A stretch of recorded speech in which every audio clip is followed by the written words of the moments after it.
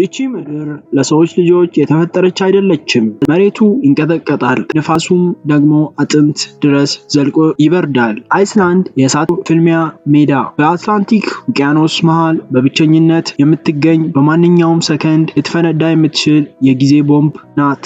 ታዲያ እንዴት ነው የሰው ልጅ በዚህ ገሃነባዊ ውበት ውስጥ መኖር የቻለው? እንዴትስ ነው ሞትን ፊት ለፊት እየተመለከቱ በየቀኑ ጠዋት ለስራ የሚነቁት? ዛሬ ወደ አይስላንድ ጥልቅ ምስጢር እንጓዛለን። ሌሊቱ ሲመጣ አይስላንድ በውርጮ ስትዋጥ ሰማዩ በድንገት ነፍስ ይዘራል። አረንጓዴ ነበልባል ሰማይ ወደ ምድር ይወርዳል። ለብዙዎቻችን ይህ አውሮራ የተባለው አስደናቂ የተፈጥሮ ክስተት ነው። ለአይስላንዳውያን ግን ይህ ከውበት በላይ ነው። የጥንት ቫይኪንጎች ይህንን ብርሃን በጦርነት የሞቱ ጀግኖችን ነፍስ ወደ ሰማይ ሲያልፍ የሚፈጥር ብልጭታ እንደሆነ ያምኑ ነበረ። አንዳንዶቹ ደግሞ መናፍስት በሰማይ ላይ ሲጨፍሩ ነው ብለው ስለሚፈሩ ብርሃኑ በሚመጣበት ጊዜ ልጆቻቸውን ወደ ውጪ እንዳይወጡ ያግዱ ነበረ። ነገር ግን እውነቱ ከዚህ የባሰ ሊሆን ይችላል። ሳይንሱ እንደሚነግረን ይህ ብርሃን ከፀሐይ የሚወረወር የኃይል ድብልቅ ነው።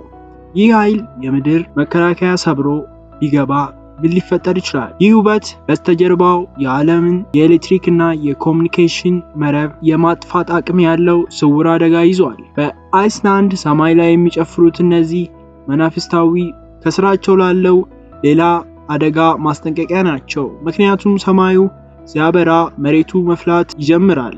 አሁን ወደ እሳተ ገሞራ አደገኛ ክፍል ንግባ። አይስላንድ ውስጥ መሬት ዝም ብሎ የሚረገጥ ድንጋይ አይደለም። እሱ የምንጭና በማንኛውም ቅጽበት ሊከዳ የሚችል አውሬ ነው። እግር ስር ያለው መሬት በ1000 ዲግሪ ሴልሺየስ የሚፈላ የጠለቀ አለት መጋዝ ነው። በቅርቡ በጊሊቮንግ የተከሰተውን አስቡት። መሬቱ በድንገት ከተማዋ ለሁለት ተከፈለች። ሰዎች ለዘመናት የኖሩበትን ቤት በሰከንዶች ውስጥ በእሳት ባህር ተዋጠ። ይህ ለሌላ ዓለም የዜና ርዕስ ነው። ለአይስላንዳውያን ግን የዕለት ተዕለት ዕጣ ፈንታቸው ነው። አንድ አይስላንዳዊ እንዲህ ይላል፣ እሳተ ገሞራ ሲፈነዳ ተፈጥሮ ቤቷን እያደሰች እንደሆነ እናውቃለን። እኛ ደግሞ እንግዶች ነን። ነገር ግን እንግዳ ሆነ ከአውሬ አፍ ላይ መኖር እንዴት ይቻላል? የትኛው ጉልበት ነው እንዲህ የሚያቆያቸው? ይህንን አስፈሪ ኃይል ተቋቁሞ ለመኖር ደግሞ ተራ ደም አያስፈልግም። የጥንካሬያቸው ሚስጥር የተቀበረው ከሺዎች ዓመታት በፊት በነበሩት በባህር ላይ ደም ተዋጊዎች ደም ውስጥ ነው። የረገጧት ሰዎች ተራ ስደተኞች አልነበሩም። እነሱ በኖርዌይን ተራሮች የወጡ ሞትን የሚፈሩት ቫይኪንጎች ነበሩ። እነዚህ የመጡት ለመሬት ፍለጋ ሳይሆን ለማንም ላለመገዛትና ነፃነታቸውን ፍለጋ ነው። አይስላንድ በባህራ ሰውን የምታባርር ደሴት ናት። ቫይኪንጎች ግን አልተባረሩም። ይልቁንም ትዕግስት የሚባል አዲስ የጦር መሳሪያ ፈጠሩ። እሳተ ገሞራው ሲፈነዳ አልሸሹም። በረዶ ሲከባቸውም እጅ አልሰጡም። ለሺህ ዓመታት ተፈጥሮን እንደ ጠላት ሳይሆን እንደ ግትር አስተማሪ ዛሬም ቢሆን አይስላንድ ሰዎች ቋንቋቸውን ከሺህ ዓመታት ቫይኪንጎች ይናገሩታል። ከነበረው ጋር ተመሳሳይ ነው። ደማቸው ውስጥ ያለው ያው ግትርነት ነው። ተታ ሬስት የሚል ብሔራዊ መሪ ቃል አላቸው። ትርጉሙም ሁሉም ነገር መጨረሻው ይስተካከላል ማለት ነው። ነገር ግን ነገስታታቸው በሚፈተንበት ሌላው አስፈሪ ወቅት ይመጣል። ፀሐይ ሰማዩን ጥላ የምትጠፋበት፣ ቀኑ ወደ አያልቅ ሌሊት የሚቀየርበት ያ አስደናቂ ወቅት። ለአፍታ እስቲ አስቡ። ጠዋት ተነስታችሁ ጨለማ ነው። ለምሳም ትወጣላችሁ፣ አሁንም ጨለማ ነው። ከስራ ትመለሳላችሁ፣ ያለቀለት ጨለማ ነው።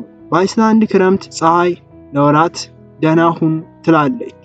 ይቺ የማያልቅ ሌሊት ይባላል። በታህሳስ ወር ፀሐይ በቀን ለ3 ወይም ለ4 ሰዓት ብቻ ብቅ ትላለች። ደካማና ሙቀት የሌላት ናት። ይህ ወቅት በአይምሮ ላይ የሚፈጠረው ጫና እጅግ አስፈሪ ነው። ብቸኝነትና ድብርት የደሴቲቱ ስውር ጠላቶች ናቸው። የሰው ልጅ ያለ ፀሐይ ብርሃን መኖር እንዲችል አልተፈጠረም። ነገር ግን አይስላንዳውያን ይህንን ጨለማ ለመቋቋም አንድ ምስጢር አላቸው። ሄጂ ወይም በቤት ውስጥ የሚፈጠር ሙቀት። ሻማዎች ያበራሉ፣ መጽሐፍት ያነባሉ እና እርስ በራሳቸው ይገናኛሉ።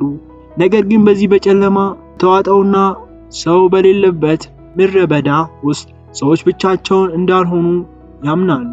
በጨለማ ውስጥ የሚንቀሳቀሱ፣ በድንጋዮች ውስጥ የሚደበቁ ሌሎች ነዋሪዎች እንዳሉ በጽኑ ያምናሉ። በአይስላንድ ውስጥ ብቻዬን ነኝ ብለው የምታስብ ከሆነ ተሳስተዋል። ከእያንዳንዱ ትልቅ ድንጋይ ጀርባ፣ እያንዳንዱ ትልቅ ዋሻ ውስጥ እኛ የማናያቸው ግን እነሱ የሚታዩ ነዋሪዎች እንዳሉ ይታመናል። እነሱ ሁሉ ፎሪንግ ወይም የተሰወሩ ሰዎች ይባላሉ። ይህ ለብዙዎች ተረት፣ ለአይስላንዳውያን ግን ይህ የዕለት ተዕለት ውሳኔያቸው አካል ነው። አዳዲስ መንገዶች ሲታቀዱ ትልልቅ ድንጋዮች የሚገኙ ከሆነ መንገድ እንዲታጠፍ ይደረጋል። ለምን? ምክንያቱም እነዚህ ድንጋዮች የአልፌዝ መኖሪያ ናቸው ተብሎ ስለሚታመን ነው። እነሱም መረበሽ ማለት በራስ ላይ መከራን መጥራት እንደሆነ ይታመናል። እንኳን ተራው ሕዝብ ቀርቶ መንግስት እንኳን ይህንን እምነት በቸልታ አይመለከተውም። ድንጋዮቹን ለማንቀሳቀስ ሲሞክሩ ማሽኖች በድንገት ሲበላሹ ወይም ሰራተኞቹ ላይ አደጋ ሲደርስ አልቬንስ ተቆጣጥሮታል ተብሎ ስራው ይቆማል። ይህ ባህል አይስላንዳውያን ለተፈጥሮ ያላቸው ጥልቅ አክብሮትና ፍርሃት ያሳያል። ነገር ግን ይቺ በሚታዩ ፍጥረታትና በእሳት ገሞራ የታጠረች ደሴት ሌላ ፈተናም አለባት። በውቅያኖስ መሃል በብቸኝነት መኖር ትልቅ ስጋት ነው።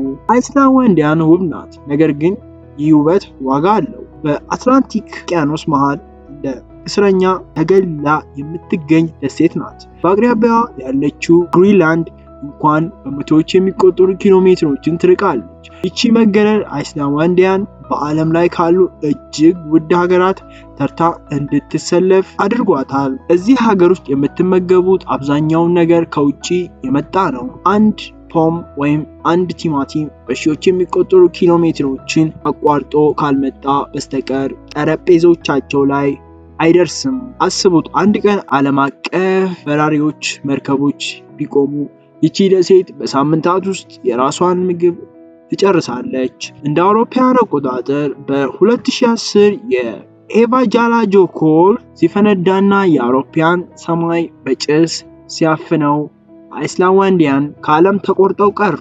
ያኔ ነው የገለልተኝነት አስፈሪ ገጽታ የታየው። እዚህ መኖር ማለት ዘወትር ማንም ባይኖረኝስ ብሎ መዘጋጀትን ይጠይቃል። አይስላንድ ውስጥ መሬት መቆፈር ማለት የወርቅ ማዕድን ማግኘት ማለት አይደለም።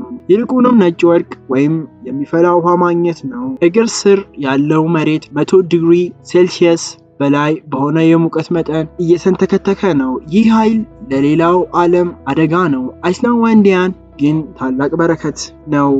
ሀገሪቱ 90% የሚሆነው የቤት ውስጥ ሙቀትና ኤሌክትሪክ የምትገኘው ከዚህ ከከርሰ ምድር ሙቀት ጌዘርሚያን ኢነርጂ ነው። አይስላንዳውያን ተፈጥሮ የሰጠቻቸው እሳት ሰልጥነውበታል። በክረምት ወቅት መንገዶቻቸው በረዶ እንዳይዘጋባቸው የሚያደርጉት በዚህ ትኩስ ውሃ ነው። ይህ ኃይል አይስላንዳውያን በዓለም ላይ ካሉ እጅግ ንጹህ ሀገራት ተርታ እንድትሰለፍ አድርጓታል። ነገር ግን ይህ ኃይል ለመቆጣጠር በየቀኑ ከእሳተ ገሞራ ጋር የሰላም ስምምነት ማድረግ አለባቸው። ተፈጥሮ የምትሰጣቸው ኃይል በማንኛውም ሰዓት ሊያጠፋባቸው እንደሚችል ጠንቅቀው ያውቃሉ። ይህ እሳታማ መሬት ግን ሌላ እንግዳ ክስተት አለው። በዓመት ውስጥ ለጥቂት ወራት ሌሊት የሚባል ነገር ከሀገሪቱ ይሰረዛል። ጨለማው ተሸፍኖ ፀሐይ በግርማ ሞገስ መንገስ ትጀምራለች። በክረምት ጨለማ ሲያሳቅቃቸው የነበረው አእምሯቸውን አሁን ሌላ ፈተና ይጠብቃሉ። ሰኔ እና ሐምሌ ወር ላይ አይስላንድ ውስጥ ሌሊት የለም። ፀሐይ አድማሱን ትነካና ልክ ልትጠልቅ ስትል እንደገና ወደ ላይ ትወጣለች። ይህ የእኩለ ሌሊት ፀሐይ ዘ ሚድናይት ሰን ይባላል። አካላችሁ እንዲተኛ ይነግራችኋል፣ አይናችሁ ግን የቀን ብርሃን እያየ ነው። እኩለ ሌሊት ላይ ሰዎች ሽርሽር ይወጣሉ፣ እግር ኳስ ይጫወታሉ፣ መንገዶችም በሰው ይሞላል። ሰዓት ካልተመለከታችሁ በስተቀር መቼ መተኛት እንዳለባችሁ ማወቅ አይቻልም። ይቺ ወቅት አይስላንዳውያን የድል ወቅት ነው። በክረምት ለወራት ያጡትን ብርሃን በ24 ሰዓት የሚረኩበት ጊዜ ነው። ነገር ግን ይህ የዘላለም ቀን ለአእምሮ እረፍት ይነሳል። ብዙዎች በብርሃን ብዛት የተነሳ የእንቅልፍ መዛባት ያጋጥማቸዋል። ሰው ሰራሽ ጨለማ ለመፍጠር ቤታቸው በጥቁር ጨርቅ ይሸፍኑታል። አይስላንድ መዳረሻ ብቻ አይደለችም፣ እሷ ትምህርት ቤት ናት። ተፈጥሮ በማንኛውም ሰከንድ ልታጠፋ በምትችልበት ምድር ላይ መኖር የሰው ልጅ ትክክለኛ ማንነት ያሳያል። እዚህ ሀገር ውስጥ ቁጥጥር የሚባል ነገር የለም፣ ያለው መላመድ ብቻ ነው። አይስላንድ ዋንዲያን ዓለምን አንድ ትልቅ እውነት ያስተምራል። ተፈጥሮ ማሸነፍ አይቻልም፣ ከእሷ ጋር አብሮ መኖር ግን ይቻላል። በእሳትና በበረዶ መሃል ሆነው በጨለማና በብርሃን ድጋፍ ውስጥ ተከበው ዛሬም ድረስ ቢታ ሬደስት ይላሉ። ሁሉም ነገር መጨረሻው ይስተካከላል ማለት ነው። ምናልባት የህይወት ትርጉም የሚገኘው በሰላማዊ ኑሮ ውስጥ ሳይሆን እንደ አይስላንድ ባለ ተለዋዋጭና አስፈሪ ውበት ውስጥ ሊሆን ይችላል። ፈተናው ሲበዛ ጥንካሬውም አብሮ ያድጋል። ስለተከታተላችሁኝ አመሰግናለሁ። ዛሬ ስለ አይስላንድ አይተናል። ይሄን ቻናል ከተመቻችሁ ሰብስክራይብ በማድረግና ይህንን ቪዲዮ ደግሞ ላይክ በማድረግ እኔንም በየቀኑ ሰፖርት ልታደርጉኝ ትችላላችሁ። ከኔ ጋር ስለቆያችሁ አመሰግናለሁ። ለሚቀጥለው ቪዲዮ እስከማገኛችሁ ድረስ ቸር ቆዩልኝ የሀገሬ ልጆች።